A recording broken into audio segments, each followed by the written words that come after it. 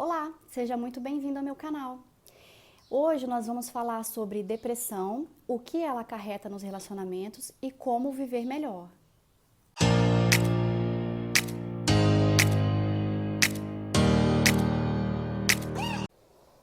Para quem não me conhece, meu nome é Luana Pinheiro e eu sou psicóloga.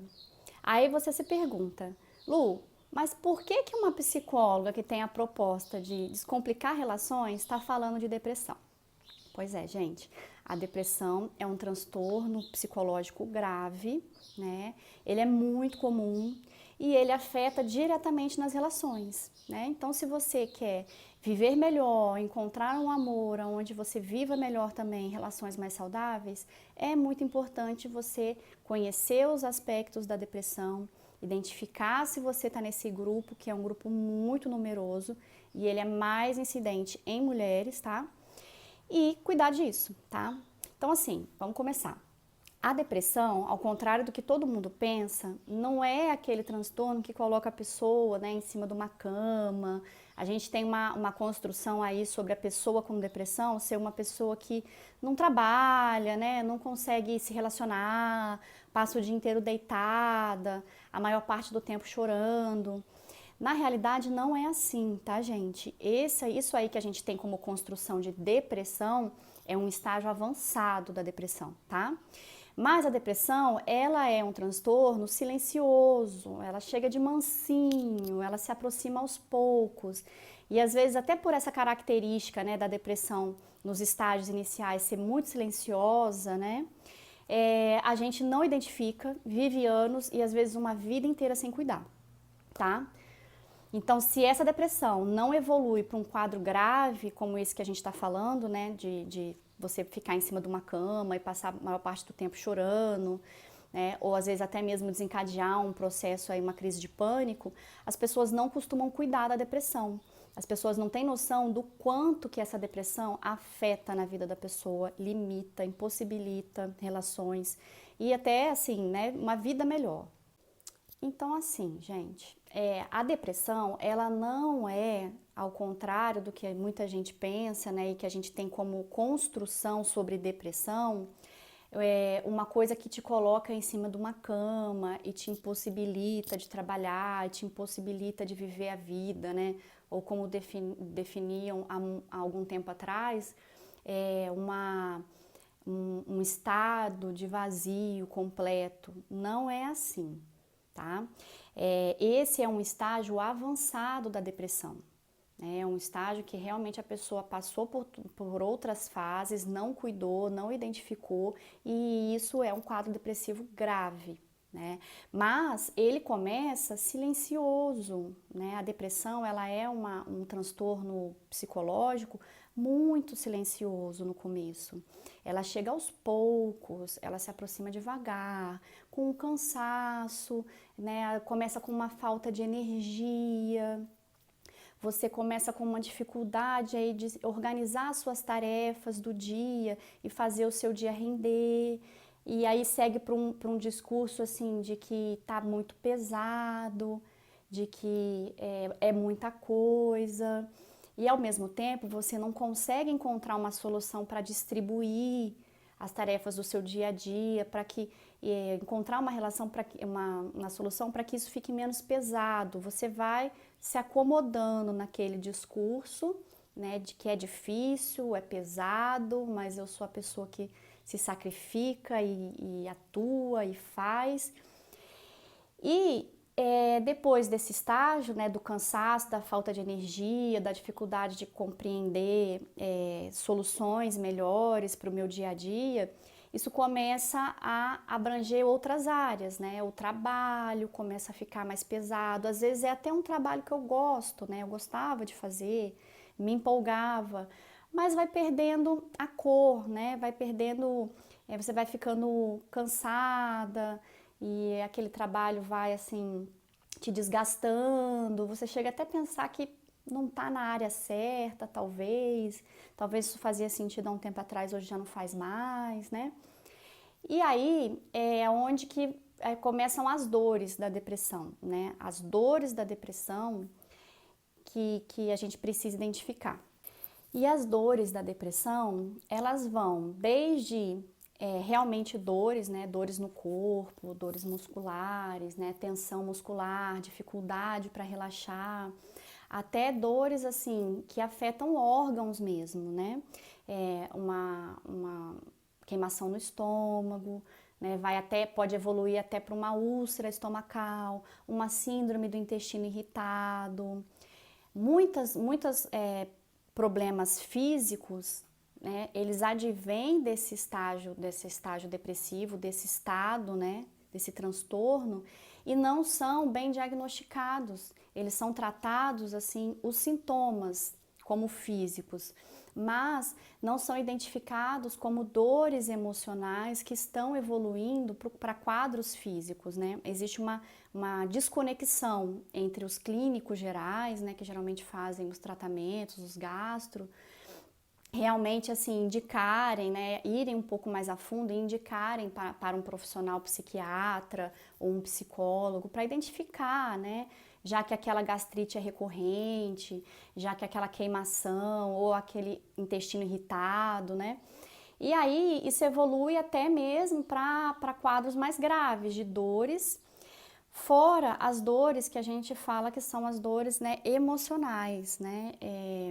Uma dificuldade de respirar, né? Respiração mais curta, um quadro ansioso também faz parte, às vezes, né, de uma comorbidade da depressão, até chegar nos relacionamentos, né? É nesse ponto que eu realmente queria chegar com vocês, né? Como que esse transtorno afeta os relacionamentos? Aos poucos, né, você vai deixando, primeiro, de sentir prazer naquela conexão emocional, né, você vai se acostumando com a falta de prazer, você vai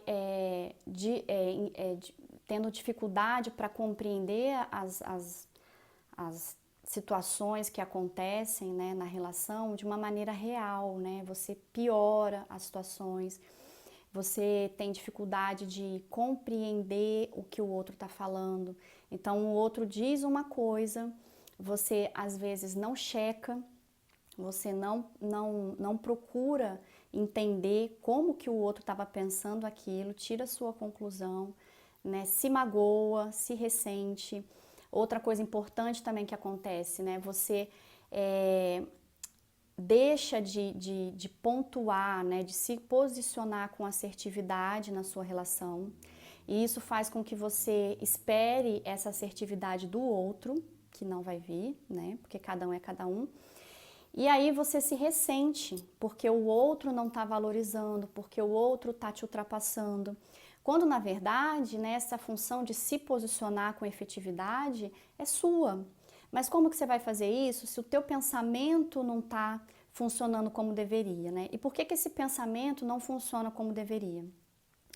Porque é como um joelho, né? Imagina um joelho que ele está sendo sobrecarregado, vamos supor, por uma atividade física de impacto, como a corrida, né?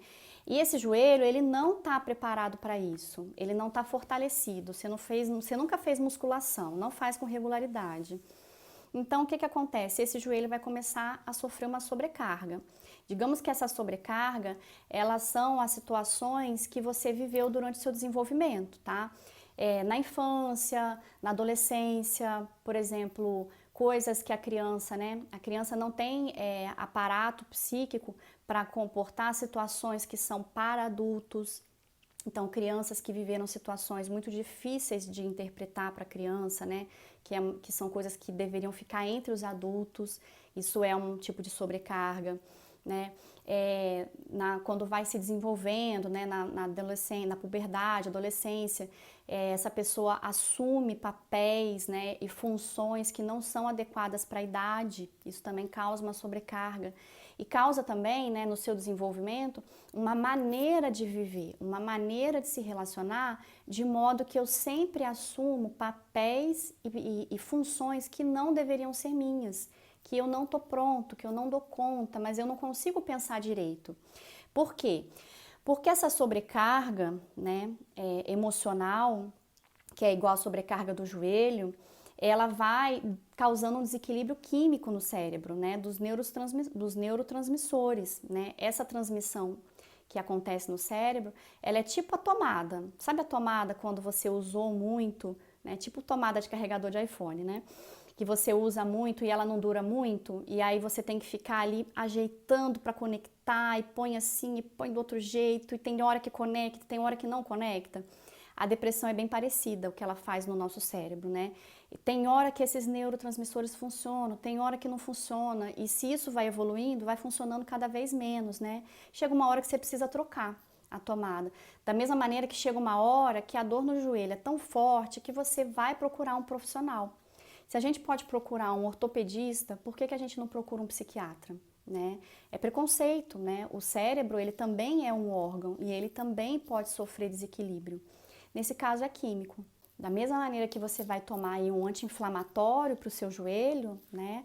Desinflamar, e vai muitas vezes fazer a fisioterapia para mudar, né? Fortalecer o joelho e mudar também algumas maneiras que você usava o seu joelho, receber orientações de como usar, né? O que fazer para não voltar a ocorrer essa sobrecarga no joelho.